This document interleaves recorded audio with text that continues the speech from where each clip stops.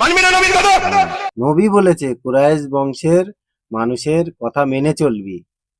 সেই নবী আরেকটা কথাও বলেছে যে ইসলাম ধ্বংস হবে এই কুরাইশ বংশ থেকে।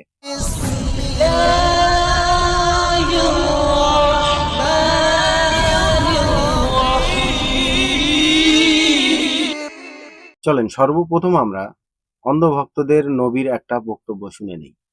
এমনি খোদার গজব হচ্ছে মুসলমানদের উপরে। তোদের বাপ দাদু গোষ্ঠী সারা জীবন আমার বাপেদের ধরে বসছিল, এখন তোরা আমাদের বিরুদ্ধে কথা বলতে শুরু করেছিস। আজকে রাসূল কি বলছে? আব্দুল্লাহ ইবনে ওমর থেকে এ আমার উম্মত মাননেওয়ালারা, নবী বলছে, আমি বলিনি। নবী মানবি না নবীর কথা? আচ্ছা, নবী বলছে তোরা শেষ দিন পর্যন্ত কুরাইশ বাচ্চার ঝান্ডা তলায় তোরা দাঁড়াবি, তবেই তোরা দুনিয়া আখিরাত পাবি। জোরে বলুন সুবহানাল্লাহ। আপনারা কাদের ঝান্ডার পিছনে যাচ্ছেন? সামান্য পয়সার জন্য, সামান্য পেটের জন্য। তাও কি পেয়েছেন?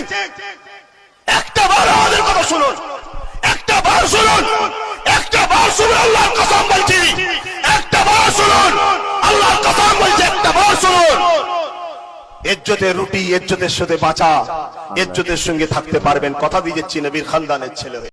ও নিজে 50,000 টাকা লে যাবে, ও আবার লোকের নাকি ইজ্জতের রুটি দেবে। চলেন এর 12টা বাজায় আগে আমি। যে কথা বলেছে ও, যে নবী বলেছে, নবীর কথা মানবি না তোরা? নবী বলেছে কুরাইশ বংশের মানুষের কথা মেনে চলবি।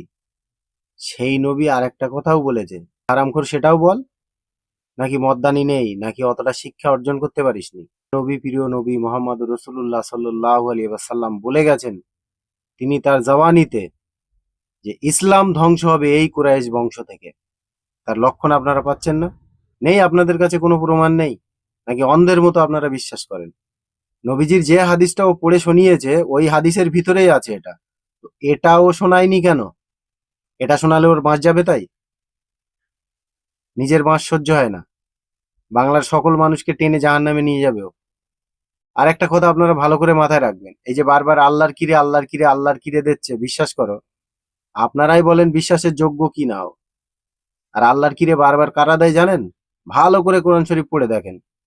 যে ব্যক্তি প্রতিটা কথায় বারবার আল্লাহর কিরে আল্লাহর কসম খায় সহজ এবং সোজা ভাষায়, সেই ব্যক্তিটার ভিতরে মুনাফিকের চরিত্র আছে আছে আছে। আর এর ভিতরে কি আছে? হাজার হাজার প্রমাণ আছে মুনাফিকের চরিত্রের ভিতরে ঠেসে ঠেসে ভরা। তারপরেও বাংলার মানুষ আমরা বলি বলে আমাদের মা বোন তুলে গালাগালি করে। খালি কুরাইশ দেখতে গেলে হবে না, খালি দাদা হুজুরের বংশের ছেলে বলে দেখতে গেলে হবে না। আবারও কি বললে? ও আওলাদের রসুল, নবীর বংশের ছেলে। কোন নবীর বংশের ছেলে? ওর বাপের ক্ষমতা নেই প্রমাণ দেওয়ার।